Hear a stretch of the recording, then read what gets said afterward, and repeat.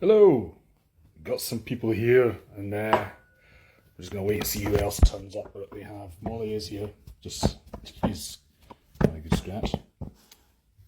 There we go. That's why I'm doing this on a sofa instead of at my desk.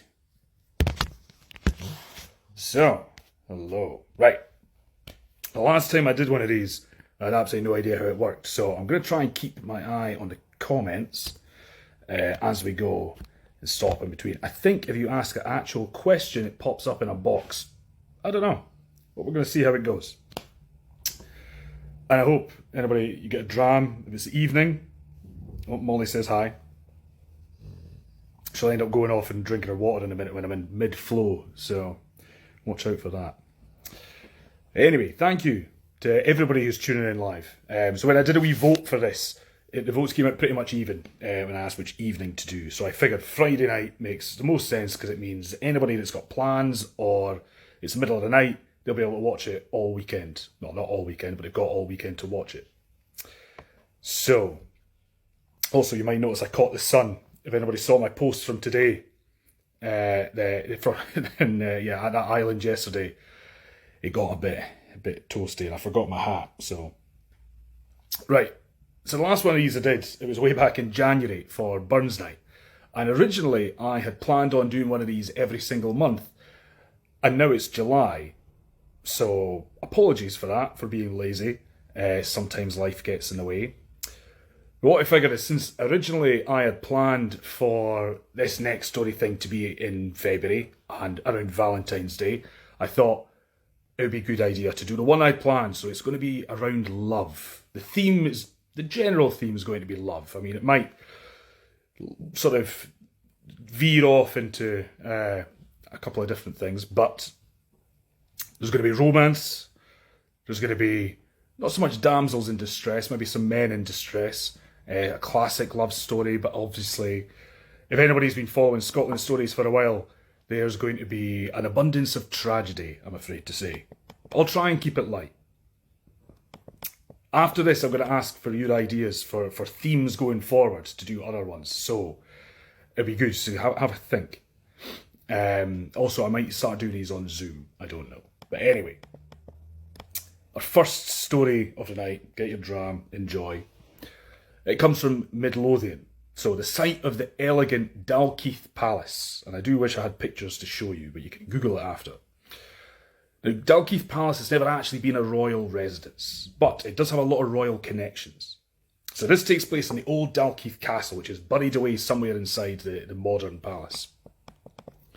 Because it's just outside of Edinburgh, it's a pretty popular escape for monarchs, so that regularly included King James VI and Queen Anne. Now, they were a pretty peculiar couple, shall we say, but this story isn't really about them, it's actually about their servants.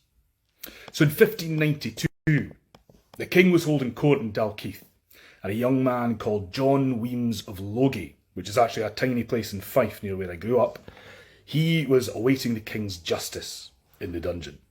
Now, John's actually a close friend of King James, but he'd been arrested and accused of plotting to kidnap the king. After they'd been dragged to Dalkeith, to James' surprise, his prisoner, he just confessed to everything. He was happy to share how deep the conspiracy ran, and he was probably hoping the king would come to his senses if his own friend was telling him there were genuine grievances to be addressed. But, as we know, politicians, they don't always listen to reason.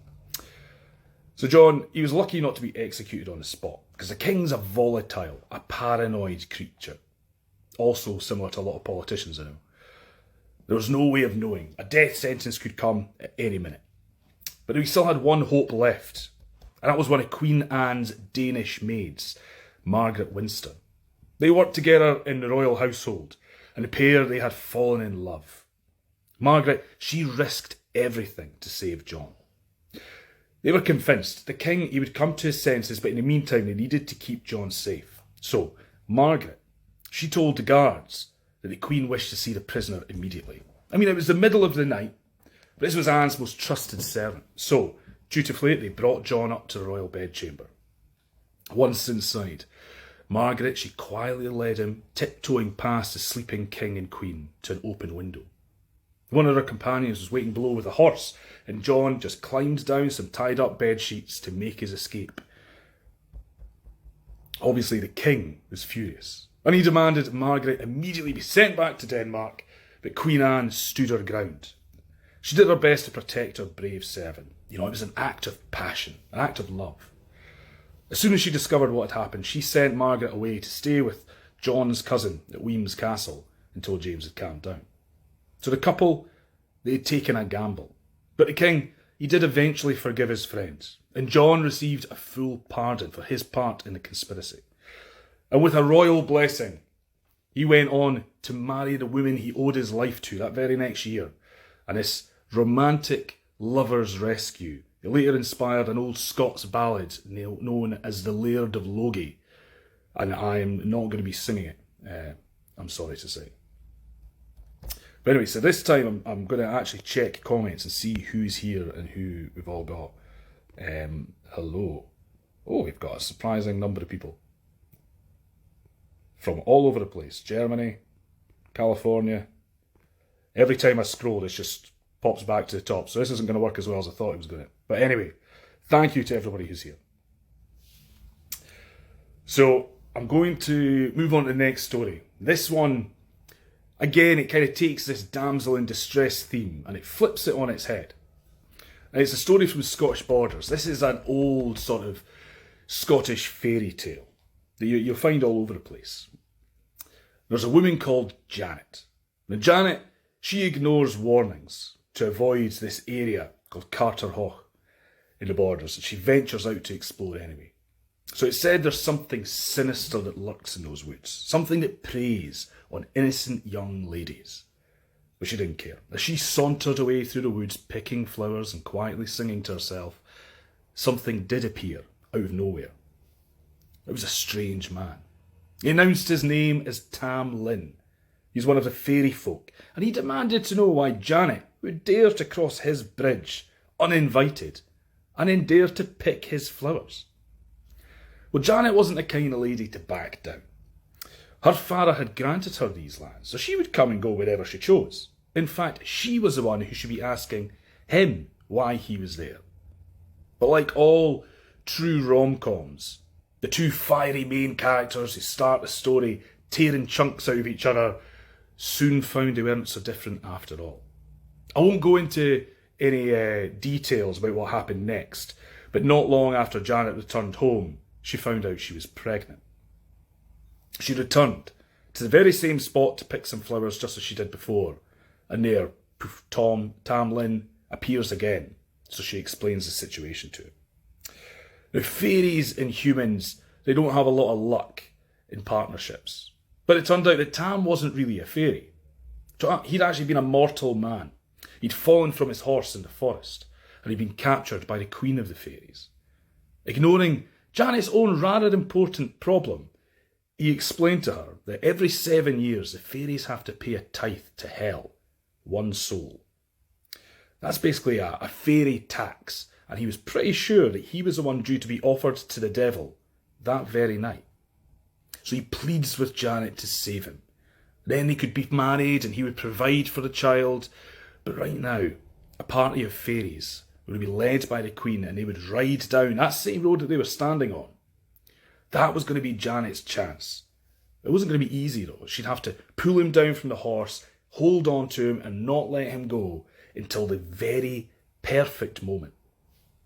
So that evening, the pregnant Janet found herself crouching in the undergrowth, waiting in the darkness, probably wondering what on earth she'd got herself into. As her mind wandered, she heard the undeniable sound of horses' hooves in the distance. The fairies were coming.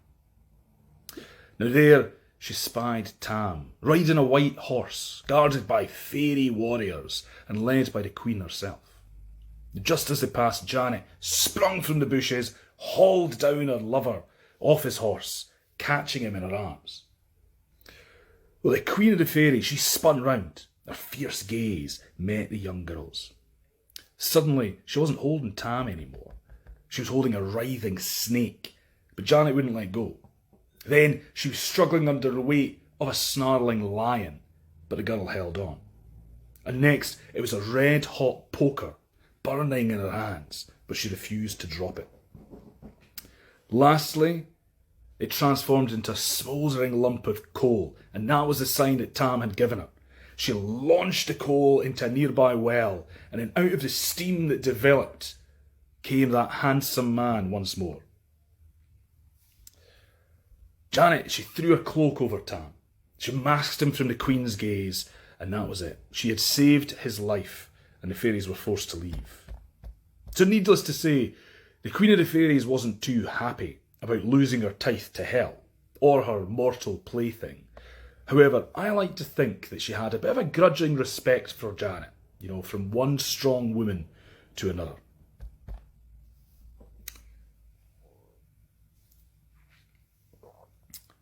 Now, I'm still trying to figure out how to read these comments.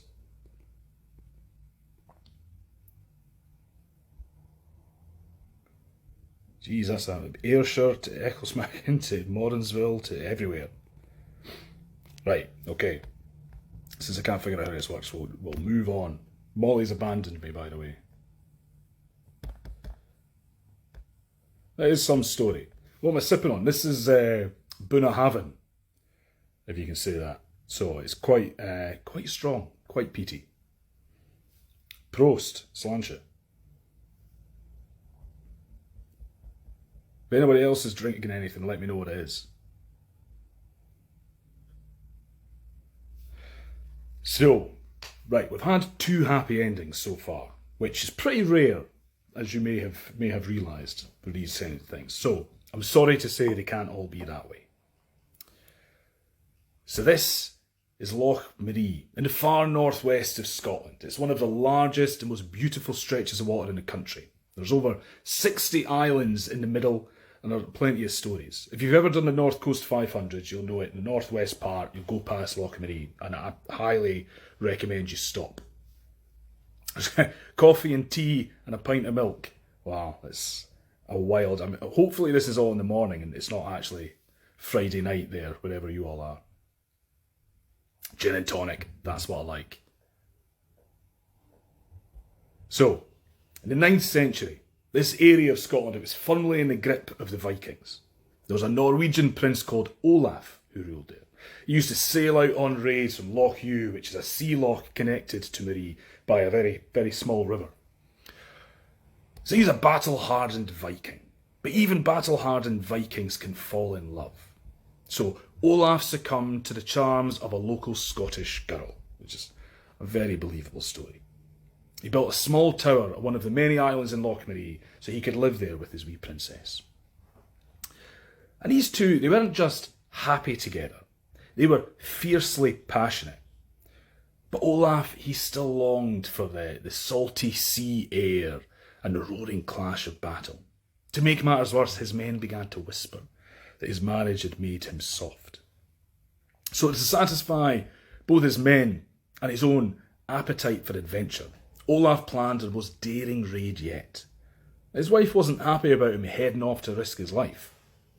She believed her husband should be content enough in her arms and was sick with worry that he might not ever come home again. So the couple came up with a plan. On his ship's return, Olaf would fly a white flag as he sailed into Loch Maree to show that he was safe, just a wee bit sooner. If there had been a tragedy, if he died, his men were to fly a black flag instead. Of course, he said, that's not going to happen. The princess waited for days, eyes constantly fixed towards the narrow passage into Loch Maree, and her active imagination was running wild. She conjured up all kinds of ideas in her head. Maybe this adventure was going to make Olaf realise he loved his raiding more than he loved his wife. Or even worse, maybe this was all some big elaborate excuse just to see another woman. Mad with worry, the princess decided to test her husband.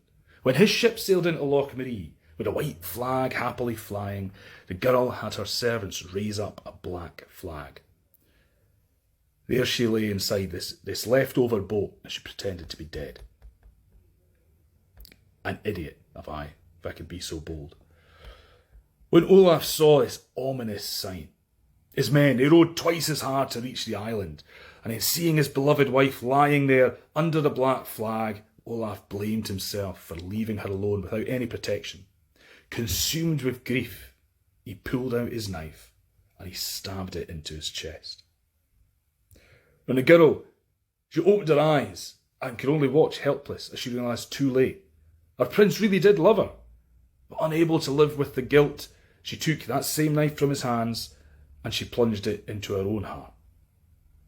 So the tragic lovers were buried side by side on Isle Marie, under simple slabs and are carved with Celtic crosses, and you can still visit them today if you can get a boat out there.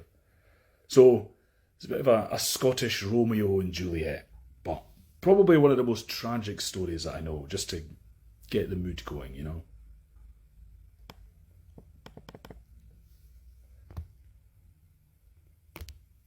Please do a podcast. I do. If you've ever listened to the Folklore Scotland podcast, you'll find me on there, droning on just like this, along with some other people who have much better stories.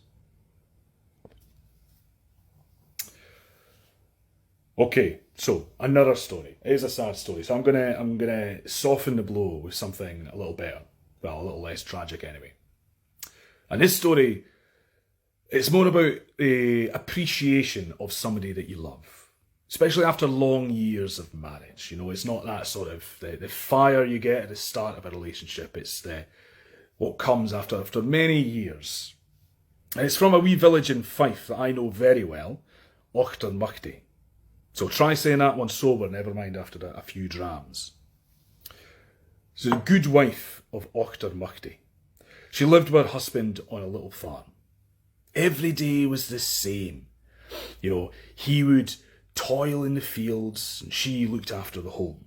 Then one particularly damp evening, the husband came in and he was soaked to the bone. He had mud up to his knees. He was freezing, shivering, and there he caught sight of his warm, dry wife sitting by the fire. And he snapped and he said, "Right, tomorrow we are swapping jobs. You go out to the fields, I'll do all the easy stuff around the house, okay?" So the good wife, with a wee smile on her face, said, "Are you sure you can handle that?" "Pfft, of course." So in the morning, the wife went out to the field while the husband had a nice lie in. You know, he finally got up and he discovered, well, half of her goslings had already been snatched by a hawk. Then the calves in the barn had been so restless, waiting for their breakfast, they'd broken in and got in amongst the cows. They drank all the milk. So he went in, eventually he dealt with them and he sat down. Right, time to spin some wool by the fire. And if you hear any sound effects, it's because Molly's decided to... now's the time to drink a water. So the husband, he sat down, spin some wool by the fire.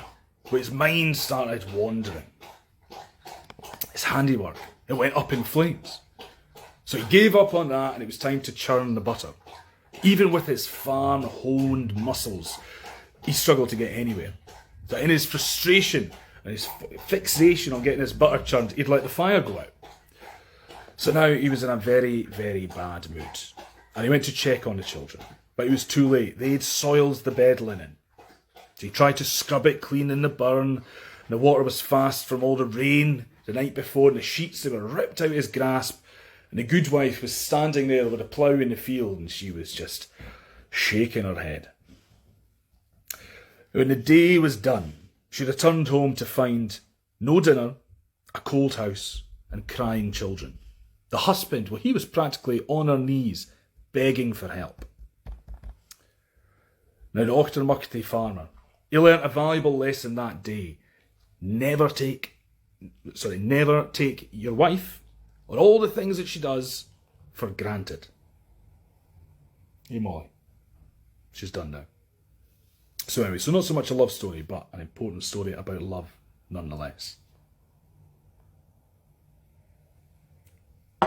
This is what she does. I think she does it on purpose. She interrupts me and then she just sits there and stares at me.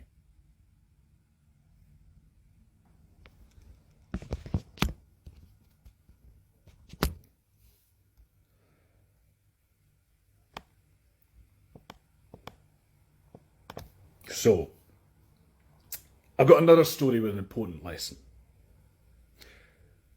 It's about a beautiful mermaid. So she is frequently spotted up around the Caithness coast.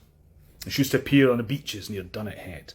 If you've ever been to the very, very, very far north of Scotland, so there's John O'Groats, which is where everybody thinks the most northerly point is. It's not. It's Dunnet Head, a little bit further along. So that's where this mermaid used to be seen. She would just sit quietly on the rocks, combing her long blonde hair.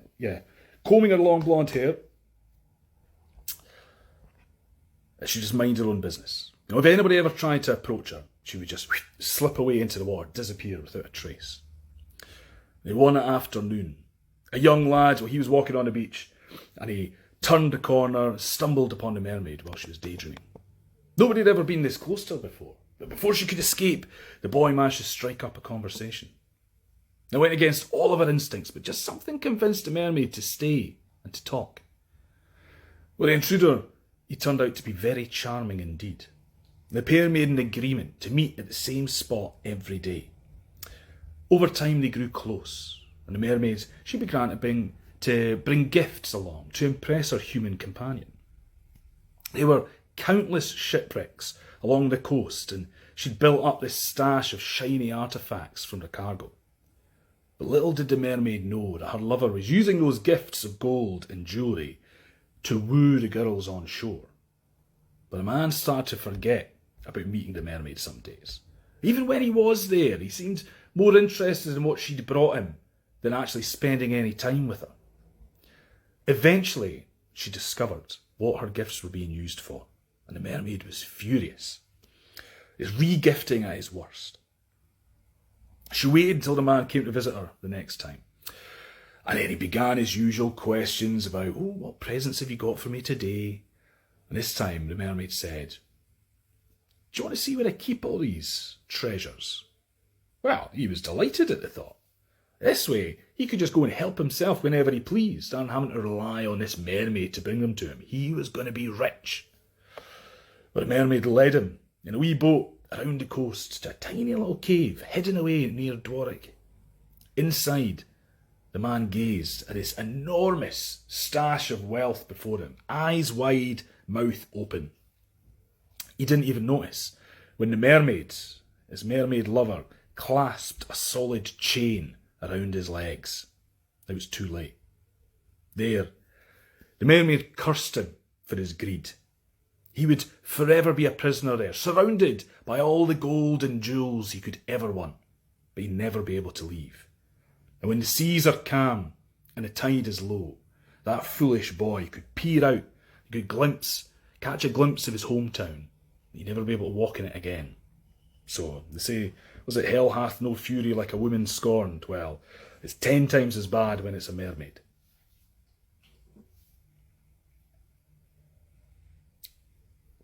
Listen, I need somebody else here to top me up, actually.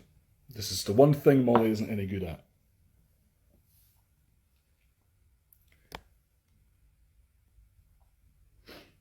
So I've not got that much time left, because I said I'd try and keep this to half an hour or so.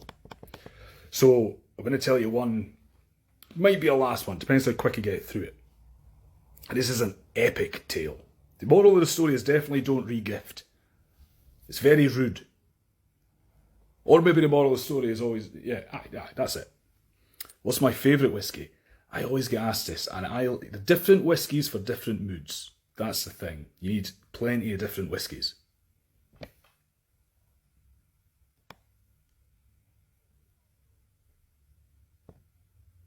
Okay, sadly leaving. Well, it's nice to have you. Surely the mermaid would be ginger. Right, it's not. This isn't Disney. That's all I'll say to that.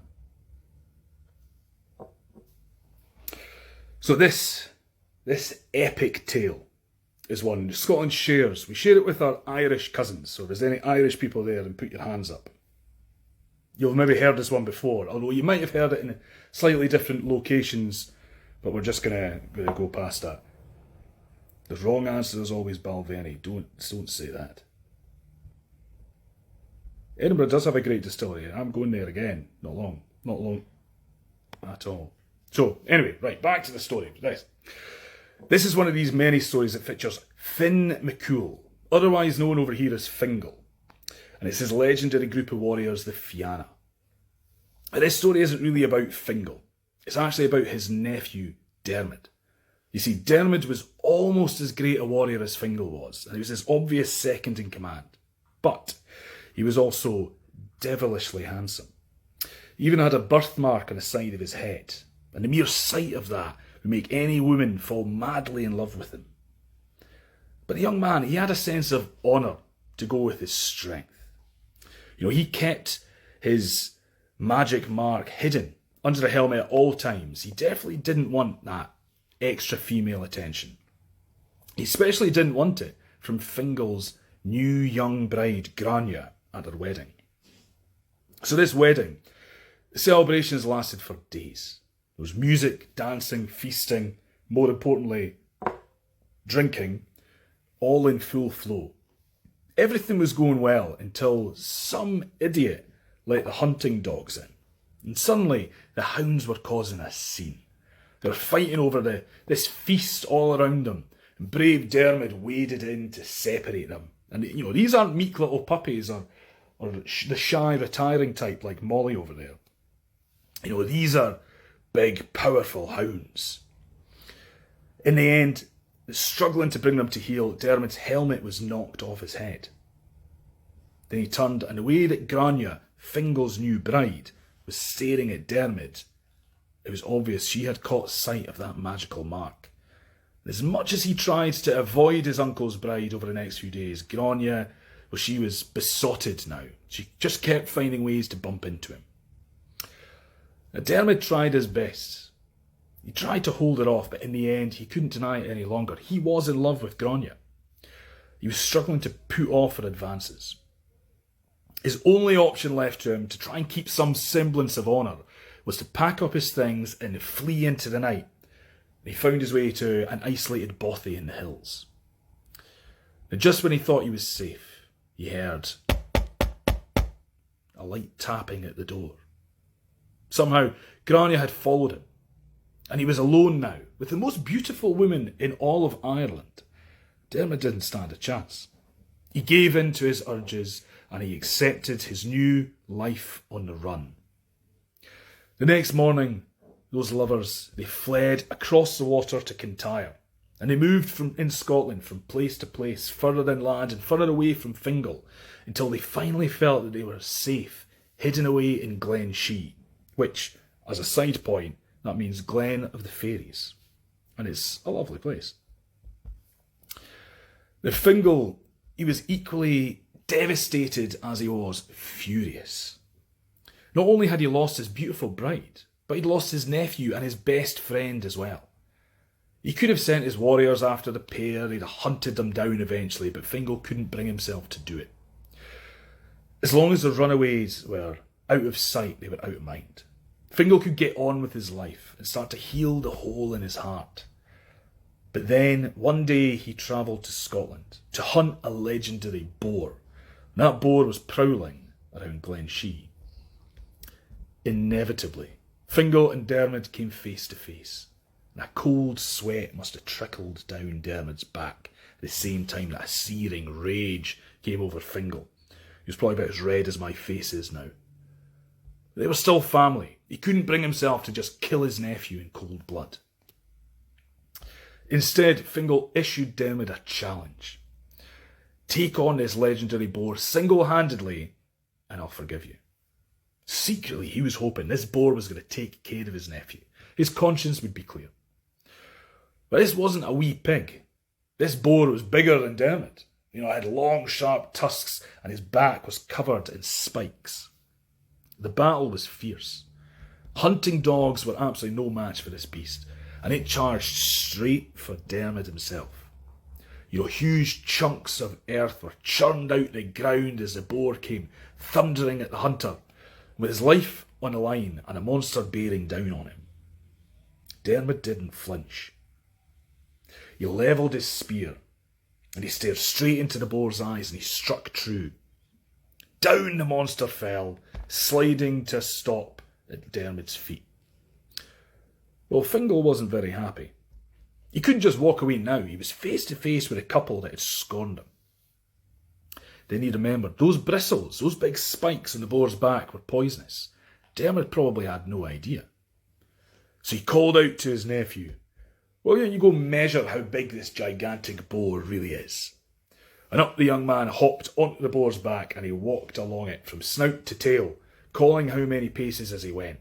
The Fingal goes, "Absolutely, there's no way, it's not as large as that. Measure it again, back the way." So Dermot turned and he started to count the paces on the way back when one of those poisonous bristles sunk deep into his foot. There was no joy in Fingal's eyes as he watched his nephew suffer. There was just a look of a man wrestling with his guilt. He couldn't take it anymore. Fingal, you might not know, he's got his own magical gift. He knows any wound could be healed by somebody drinking from Fingal's cupped hands. So he raced to a wee burn nearby and he filled up his hands with water and he hurried back to his nephew. And it was too late. By the time he arrived, Dermot had taken his last breath. There was no amount of magical water was going to bring him back or wash away Fingal's guilt. Dermot was buried in Glen Shee, so if you go there, you can still see it. His grave is marked by these 4 huge boulders that frame the spot on the hill where he fell. So, what are you doing? I just make stupid noises now. So that's it. We've got about half an hour of stories there. I hope that's all right for you all. I mean, I just want to sign off by telling everybody how much that I appreciate you. That you're here, that you read the stories every day, and you send messages. I love being able to see that you enjoy them, especially when you then go and visit the places after seeing me talk about them, because after all, that is why I'm doing it. A McCool story. I should have used that next time. So anyway, Instagram seems to have changed things for the worse once again, and I'm suffering the fate of a lot of creators at the moment. Recently, I've seen my posts taking just a huge knock in engagement. I mean, people say they're just vanity figures, but they're not being seen by as many people as they were before, which is disappointing in lots of ways. It's hard not to take it personally sometimes, but really, I'm just worried that there are people missing out on the stories that they want to see, because that's why they follow me in the first place. So, anyway, thanks a lot for being here. Of course, this is free. My stories are always going to be free. If you do fancy chipping in a few quid for a coffee or much more likely a dram, you can follow the link on the Instagram profile. There's never any pressure at all, but those donations have helped me turn this into a career, and I am very, very, very grateful for it. So now, raise a glass if you've got one, and you toast Scotland, along with all the brilliant legends that she has to offer. Okay? Slàinte.